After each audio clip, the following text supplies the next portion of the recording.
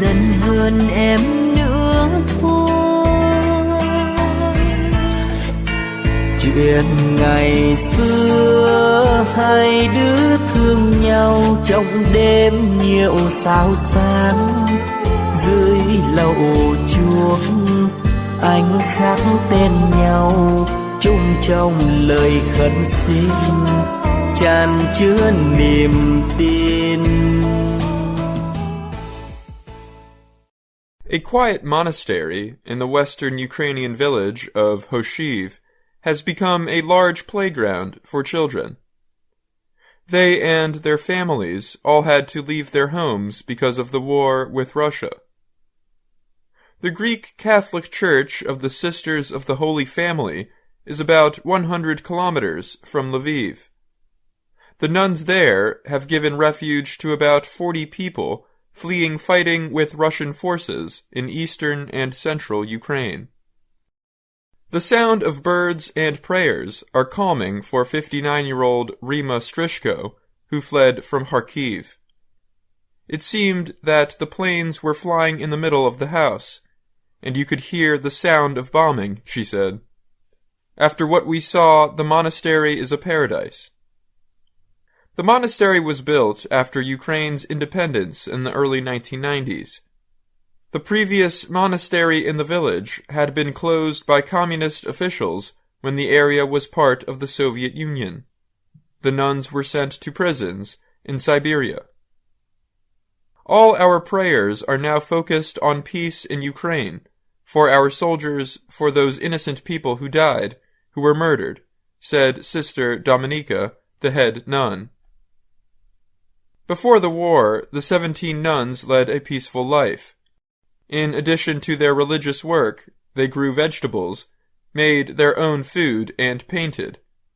Now they play with young children and provide support to the mothers. They also cook daily for the guests. When the Russian invasion of Ukraine began, the nuns told local officials they could house up to 50 people.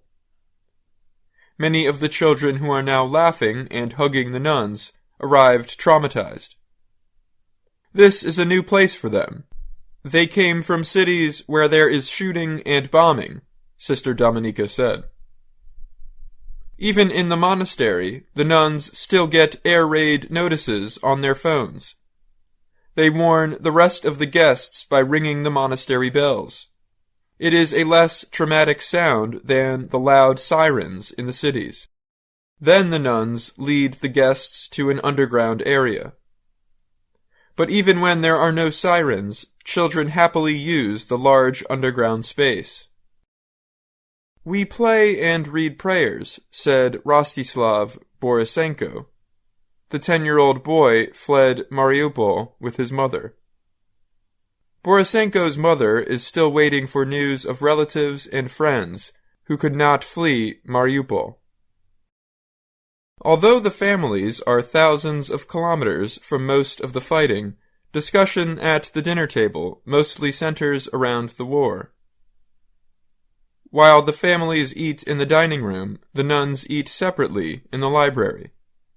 They sit at a long table under a painting of Jesus Christ's Last Supper. Among them is 44-year-old Sister Josefa, who fled a Kyiv monastery on the first day of the war. It's hard to leave the place you lived, she said. Although I can live here, my heart is there, and I'm waiting to go back. I'm Dan Novak.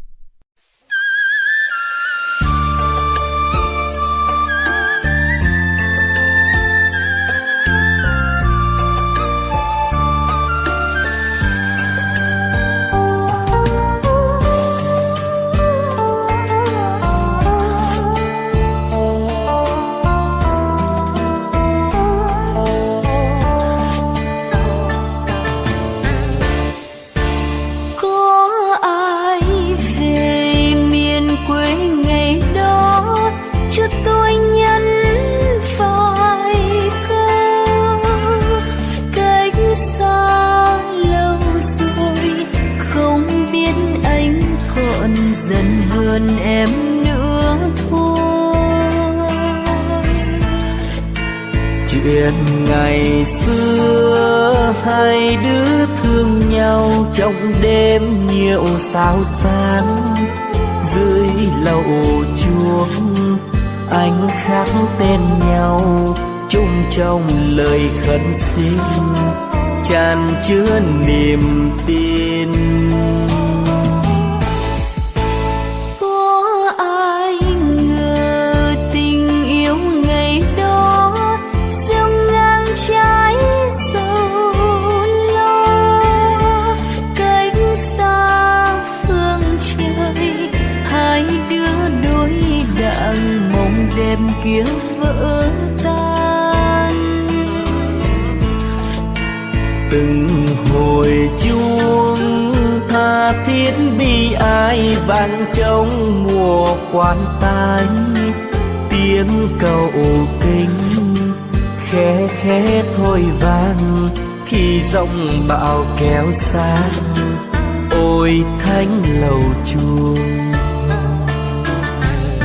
nhớ mãi ngày ấy cơn bão xô bừa hạ gác chuông. Nước mắt em tuôn xót xa quỳ bên đống cho tàn. Nhớ mãi ngày ấy anh góp trẻ dựng lại gác chuông. Với trí ngây thơ vững tin tâm vong giữa nhà thờ, kỷ niệm của chúng ta. Mấy năm rồi buồn vui ngày đó theo em giữa trời sương. Dẫu xa phương trời nhưng sống muốn đợi chuyện lâu chuông thôn xưa. Và từng đêm anh chắp hai tay xin cho tình yêu đó thấm nhuần trong tay Chúa ban ơn. Ta xây lại gác chuông trên kỷ niệm xưa.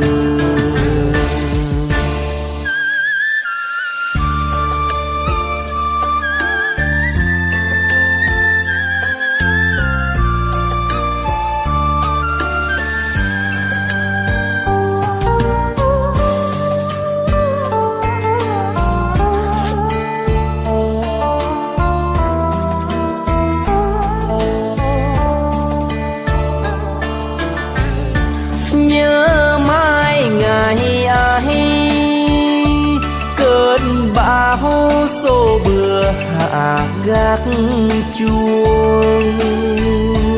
Nước mắt em tuôn xót xa quỳ bên đống cho tàn. Nhớ mãi ngày ấy anh góp trẻ dựng lại gác chuông. Với trí ngây thơ vững tin tâm vong giữa nhà thờ, kỷ niệm của chúng ta. Mấy năm rồi buồn vui ngày đó theo em giữa trời sương. Dẫu xa phương trời nhưng sống muốn đợi chuyện lâu chuông thôn xưa. Và từng đêm anh chắp hai tay xin cho tình yêu đó thấm nhuần trong tay Chúa ban ơn. Ta xây lại gác chuông trên kỷ niệm xưa. Và từng đêm anh chắp hai tay xin cho tình yêu đó.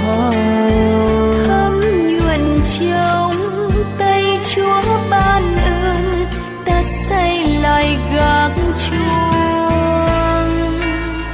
Trên kia